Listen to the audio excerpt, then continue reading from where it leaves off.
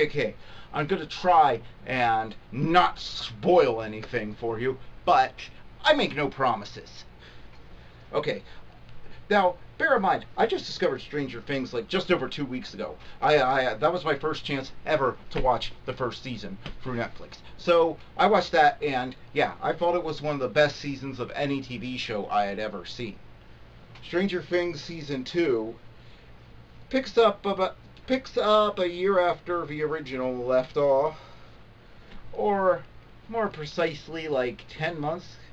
Didn't the original leave off on Christmas? But anyway, it shows you how all the characters are doing, and there is a bit of a slow burn. However, it's a slow burn well spent. It builds tension, lays out clues, and none of the time is wasted. You see how each of the characters are coping. Some are doing better than before what happened. Some are doing worse, but all of them are feeling effects of it. Sean Astin is one of the new characters added to this season, and he brings his usual wit, charm, and just greatness as an actor.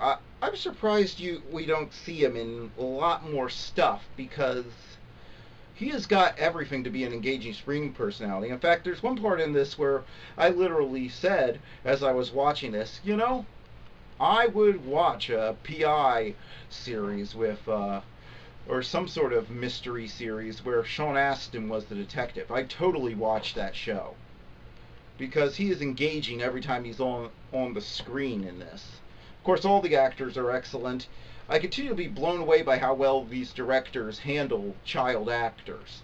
Duffer Brothers are just amazing at that, and how they how they mix just wonder, adventure, and horror into this perfect, and comedy into this perfect package that just has this perfect feel that feels like an adventure book or an adventure film you would see, like a choose your own adventure book or something from the 80s. They say that they chose the font for their credits based on some choose your own adventure books from the 80s, and I read plenty of those when I was a kid, and I can believe it. This has that sort of feel. No, the plot isn't the most original. In fact, they call out that it's kind of derivative. One of the new characters calls out that it is kind of derivative of various 80s things, and I think it's even a little derivative of the show Fringe, although it might just be that the show Fringe was also influenced by the same 80s movies that this show was. But but the interesting thing is that this show, there's just so much to talk about, but I don't want to spoil anything. So, yeah. So you spend the first 4 episodes or so on a slow burn as everybody is recovering from season 1, and everybody's getting used to their new lives. Mm. Mike is being overprotected by his mother. Winona Ryder, her performance is toned down from last season, and she is great in this. I don't care about her shoplifting thing. That's small potatoes compared to what's coming out of Hollywood now. And yeah, all the actors are just, and she just, there's a reason why she gets top billing, though. She does a great job now that it's toned down a bit, and she's not having to just react as the desperate mother. She's overprotective, so Mike isn't enjoying that. There are great things like the suggestion that the lab is evil. People go to the lab. Every time they go to the lab, at least, or from the lab, there's always a shot in there of them traveling, of their car going down the road, and it's an over-the-top helicopter. And it's overhead helicopter shot that looks just like it came out of the opening of The Shining, sort of to subliminally tell you that even though you may not notice it, somewhere in your subconscious your brain registers it.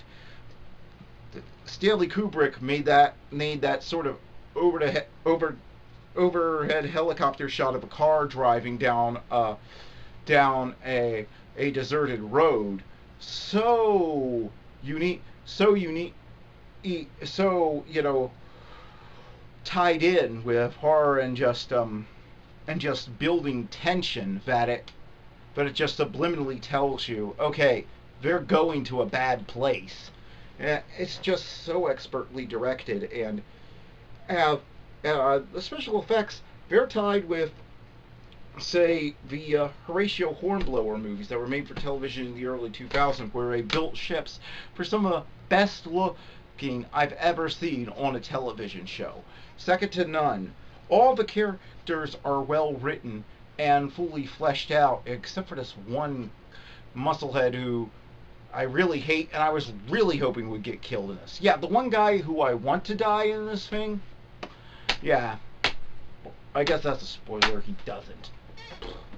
He's like the most stereotypical, unredeemable '80s musclehead there is, and they try to add in something in the last episode to try and justify his behavior, but no, it doesn't make him sympathetic at all. In fact, when it happened, I was actually cheering because I was like, finally, somebody does something to him. It's like, good night. But yeah, all the relationships continue to develop. Steve actually is a character that I like in this episode, whereas I absolutely detest him and thought his happy ending was kind of unearned, and he felt shoehorned in at the last minute in the first season. But this time this time it this time he is this time they make me feel sorry for him. The jerk that I hated last season, they make me feel sorry for. So that's something. And there's a ton of great moments, and every character has a journey, every single one, and it plays out great, and that's why this needed 9 episodes and not 8, and it doesn't feel like it drags at all. In fact, every scene, everything you see is great. In fact, in episode 7, there's a scene where the sitcom a guy is watching on TV is actually a tip-off to a twist that's coming with him in that later on in that scene. Yeah, it actually gives away, because I was like, why would he be watching this? And then when you see what happens, you're like, wow, that's why, because it wasn't just him. But yeah. And by the way, if the X-Men were ever to come home to Marvel and be rebooted, I would want Disney or Marvel or whoever to pay whatever it took to get the Duffer Brothers on board as running it and give them complete creative freedom. Why? Because episode 7 of this season is the best live-action X-Men movie in all but name I have ever seen. Just watch it. It's the best live-action thing to never bear the X-Men name, but it has the spirit of the X-Men, like, right there. It captures it so much better than even the good movies. And I like some of the X-Men movies a lot, but this captures it completely. It feels like it could be it feels like a real screen interpretation of the best moments from the classic, like, the classic runs of the comics in the classic run of the comics in the 70s and 80s. It's just, and I could see it as a template for how the Brotherhood of Evil Mutants is formed. I could see doing this and it being a template for that. Making Magneto much younger. Stop tying him in with the Holocaust, because then you can't do it in the modern world and you have to get an ancient actor. Not that there's anything wrong. I love Ian McKellen. And I love the flashback stuff that they did in some of the X-Men movies, but if you're going to reboot it into the Marvel Universe, you would have to bring it forward. So, yeah, there's one character in particular who preached about giving in to your anger, and I was like, this is some of the best writing for and drawing power from it. And I was like, this is some of the best writing for Magneto's never gotten. It's like they don't have to bring up the Holocaust or anything to justify this. They don't have to tie it in with the Holocaust to just get some cheap sympathy. They they managed to make all the characters sympathetic except for the one meathead, and it's just amazing. Um, what they managed to do with this is, imagine if you took all the character mode. This is the rare sequel. There are very few sequels that can take character moments like and focus on the characters and make everything bigger, expand the scope of the story and make everything so much bigger than it is without once losing focus on the characters. But this does it.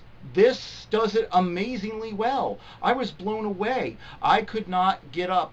It wasn't just that I was watching this. I was watching this with my sister, and she couldn't get up from this. We from this, binge watching the whole thing in one go, and it was just wow. There just aren't enough words to describe just how. I mean, you could nitpick a few character moments here or there, maybe, I guess, but it doesn't feel worth it. It just doesn't.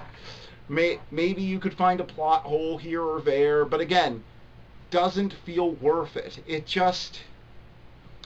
builds up to an amazing climax, and it's just so where everyone is doing everything to save the world, and it just has this amazing feel. Every time you think that it's going to become nothing but depressed terror, it has a moment of hope. Every time you think that it's just going to be cornball and funny, it hits you with some real emotion. It has some of the best, most tear-jerking moments I've ever seen. If this show deserves to win some awards, and its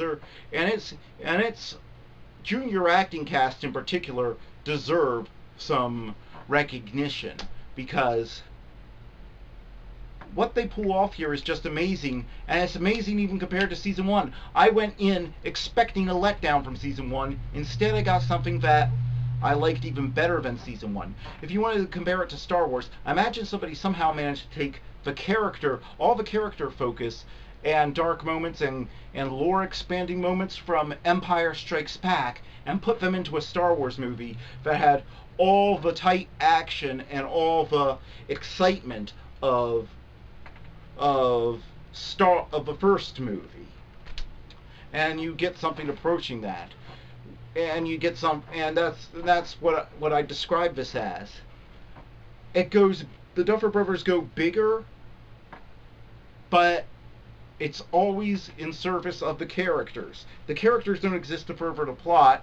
The plot is being furthered because of the characters' actions. And we learn more. And all the nods to the 80s and stuff, the stuff that everyone normally praises. That's just icing on the cake. This is one of the best television series I have ever seen in my life. And without, I don't want to give away spoilers, so I guess I'm just gonna cut this off. I'm sorry it's so short, but I'm just gonna cut this off by telling you this gets a 10 out of 10. My first 10 out of 10 I've ever awarded anything when reviewing it for this. So yeah, that's how amazing it is. It's just everything. You can nitpick some flaws in it, but this is as close to flawless as television is ever going to be. And if you go in for this type of adventure, sort of from a children's standpoint, with emotion, comedy, and just going on this roller coaster, and you want to see some great science fiction / fantasy programming, this is the show to watch. It's even worth if you don't have a Netflix account, and even if you just want to watch it once with your family. I'd say it's worth paying for 1 month of Netflix just to watch this. Please don't pirate it, because I really want to see Stranger Things free.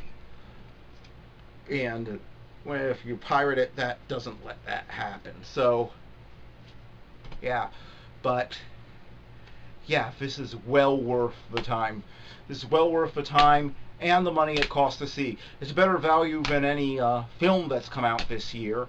Yeah, I tell you, yeah, this is just amazing. And I can't believe we'll probably have to wait a year or more for Stranger Things free if that happens. So, yeah, but I look forward to seeing whatever the Duffer Brothers do next, because this just blew away all my expectations, and they were pretty high from last season. So, enjoy.